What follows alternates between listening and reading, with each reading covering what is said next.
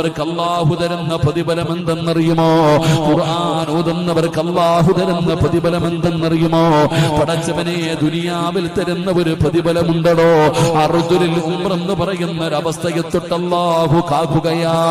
കിടന്ന കിടപ്പിൽ കിടന്ന് മലമൂത്ര വിസർജനം നടത്തുകയാണ്. സ്വന്തം മകൻ മുമ്പ് വന്ന് നിന്നാൽ, സ്വന്തം മകൻ മുമ്പിൽ വന്ന് നിന്നാൽ ഇതെന്റെ മകനാണെന്നറിയില്ല, ഇതെന്റെ മകളാണെന്നറിയില്ല, ഇതെന്റെ ഭാര്യയാണെന്നറിയില്ല, ഇതെന്റെ കൂടപ്പറപ്പാണെന്നറിയില്ല. ബുദ്ധി തിരിഞ്ഞു പോകുന്നൊരവസ്ഥയുണ്ടോ? ആ അർദുലിൽ ഉംറ എന്ന് പറയുന്ന അവസ്ഥയെ തൊട്ട് അല്ലാഹു രക്ഷപ്പെടുത്തുമെന്ന് നബി മുഹമ്മദ് മുസ്തഫ.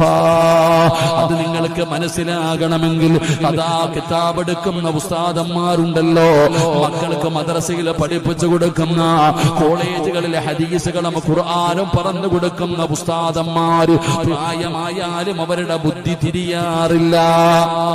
എത്ര വയസ്സായാലും അവരുടെ ബുദ്ധി തിരിയാറില്ല. ഇത് ഇന്നതാ, ഇത് ഇന്നതാ എന്ന് മനസ്സിലാക്കാൻ പറ്റും. ഖുർആൻ പാരായണം ചെയ്യുന്നവരുടെ ബുദ്ധി മറിഞ്ഞു പോകാറില്ല. അർദുലിൽ ഉംറ എന്ന് പറയുന്ന അവസ്ഥ അവർക്ക് ഉണ്ടാകാറില്ല. അതുകൊണ്ട് നല്ല മരണമാണ് ഒന്ന്, അർദുലിൽ ഉംറ എന്ന് പറയുന്ന അവസ്ഥയിൽ നിന്ന് രക്ഷപ്പെടുകയാണ്. 2 നല്ല മരണമാണ്. 3 മുഖത്ത് പ്രകാശമാണ്. 4ാമത്തെ പ്രതിഫലം എന്തെന്നറിയോ?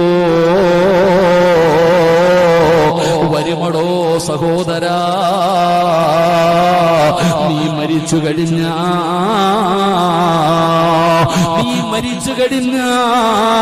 നിന്റെ ജനാസ ചുമക്കാൻ